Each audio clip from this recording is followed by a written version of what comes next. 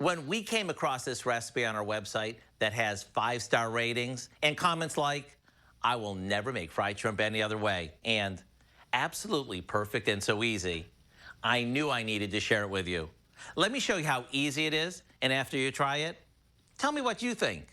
We start off by combining some flour, baking powder, salt, and a bit of ground red pepper in a shallow dish. In another dish, we beat together a couple of eggs and a little milk. Now we dip some raw large shrimp into the flour mixture, then into the beaten egg before going back into the flour. Next, we fry them in some hot oil until they're golden on both sides. When putting these in the oil, I like to grab by the tail just to play it safe. One bite of these as is, or dunked in your favorite dipping sauce, and I think you'll understand what all the hullabaloo is about.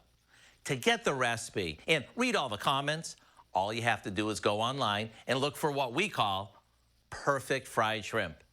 I'm Howard of the Mr. Food Test Kitchen, where today we found a crispy, flavor-packed way for you to say, ooh, it's so good.